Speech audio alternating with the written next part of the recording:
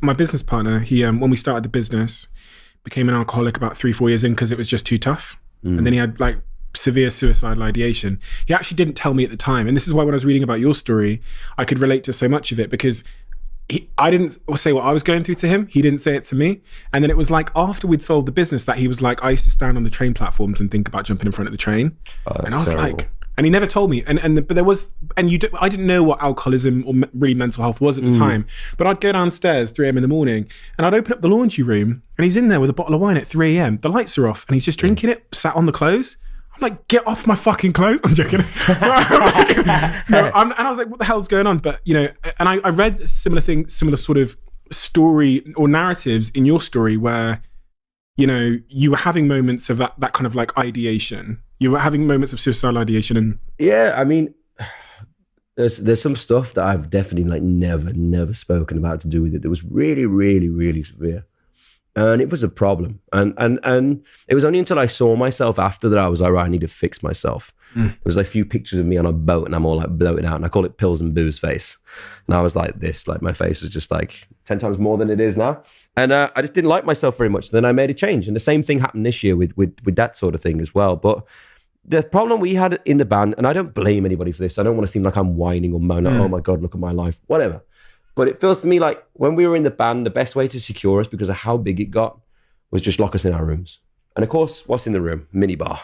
So at a certain point, I thought, well, I'm going to have a party for one. And that just seemed to carry on throughout many years of my life. And then you look back, how long you've been drinking and stuff, where you're like, Jesus Christ, that's a long time. Even for someone who's, as young as I was. It was wild. But it was like the only way you could get frustration out in the day or being trapped. And I spoke to somebody about this and in child development, as a teen, the one thing you need is freedom to make choices and freedom to do stuff. And it was the one thing that, although we could do anything we wanted, it seemed from the outside that we were always locked in a room at night.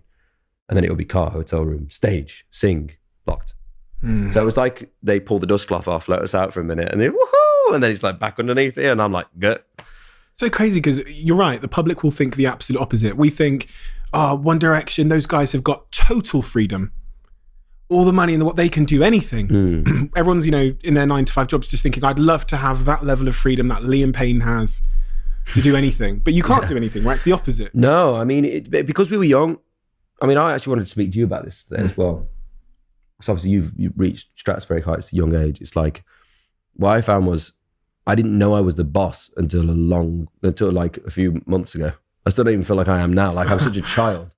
And everyone I work with is like double your age, older than me and wiser than me. And I'm like, what the hell am I doing here with these people? So it's like, when we were 17, I thought the security guard was like in charge of me. Like I was like, oh, can we leave the room? No. Okay, then not to worry. I'll just stay here.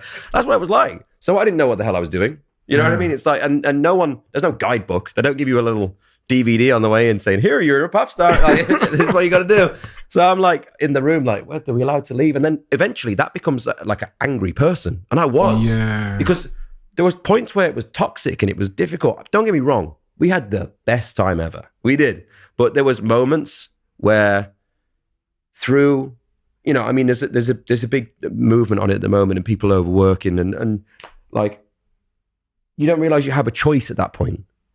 But in those shows, sometimes they don't give you the choice because you want the dream. But you have to realize there is a sacrifice for that. Rather than it just, and like I say, I never want to come on these things and whine about stuff. Like I made my own choices in life, being an alcoholic, doing whatever else, that was my choice. So, it doesn't have to be whiny, but it's just like, there was a sacrifice and I know what I did sacrifice to be here, Everything, what I've come to learn, everything in life, all the good shit comes with a cost. And I've learned just from my own experience, like my success is very different from yours. We went very different paths, but came with a clear cost because you can't go from being a 18-year-old kid that's like nicking Chicago town pizzas to feed himself to building a company worth 300 million within 6-7 years. What a great sentence that was, by the way. I was a fucking loner. Like I was in my room for summers upon summers on my own. Just, because I couldn't, my parents weren't talking to me. They said, don't call us until you go back to university. So I wasn't speaking to my family. No friends, because I couldn't even afford to see them. That was the cost for me. And what that made is someone who again, isn't very social. On the weekends, I spend 99% of my time alone. I'm the same. And people are like, "Oh my God, I'd love to be." I'm like, well, and then I have the same thing you have, which is my brain always has 1,000 tabs open, and I can't just go and sit on a sun lounger and tan. Like tan? Tanning. What's my brain going to do then? Sitting in the bath's one of my worst ones as well. But that's it. You're right. And you know what? Like, think about someone as simple as someone who like plays guitar. The amount of time you have to spend alone with that instrument, you're going to be missing a couple of other things that happen in life. Exactly. And that's what it's like. Exactly. Right? And that was for us as teens growing up. And, you know, I think people, like I said, I started at 14. That's nuts. Like I was in my school, and I remember very clearly the moment that the X Factor like moment happened when I was younger. And I was playing football on a field, and we had an all-girls school right next door to us. So I'm just playing football like it's a normal day. I've had a few like people like shout me out in the street where it was like, "Cool, I'm 14 years old." The whole school from the other school is on the fence. You're joking. And I'm like banned from that field for life. At first, how does it feel? It was wild, but what their people Good wild? Yeah, it was amazing. I went from like 0 to like I was it was Goat, the king thing of the school. I always say to people, I wasn't world famous when I was 14, but I was famous within my world.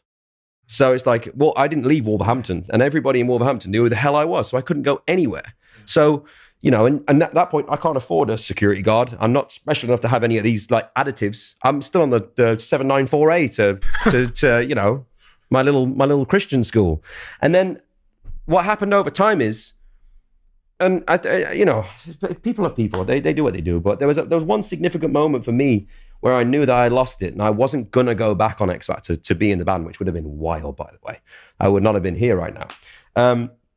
But there was a moment I was in a McDonald's with like a new girlfriend I had at the time, and it had been 2 years since the show, and I noticed my shows decreased in number, decreased in capacity, and decreased in wages. So I was like down and out at this point. So I've had fame and lost it, and I'm like nearly 16 years old. Mm-hmm. So that's difficult to deal with anyway at that age. And then I'm in McDonald's, and because everyone still knows who I am, I'm sat there and I literally remember about to take a bite of this nice juicy burger. Someone on the stairs goes, "X Factor reject," and the whole restaurant looks at me. Right, I'm 15 years old, and it was just horrible. What a scumbag thing to say. I know, but it was like that's the thing. It's like it was almost like a shout out to say, "Oh, you think you're special, but you're still here." In the most Wolverhampton. I guess you got to understand where that comes from, though, from that person. What's going on? Well, someone said something to me today. It's not what you do; it's what's happened to you, which I thought was quite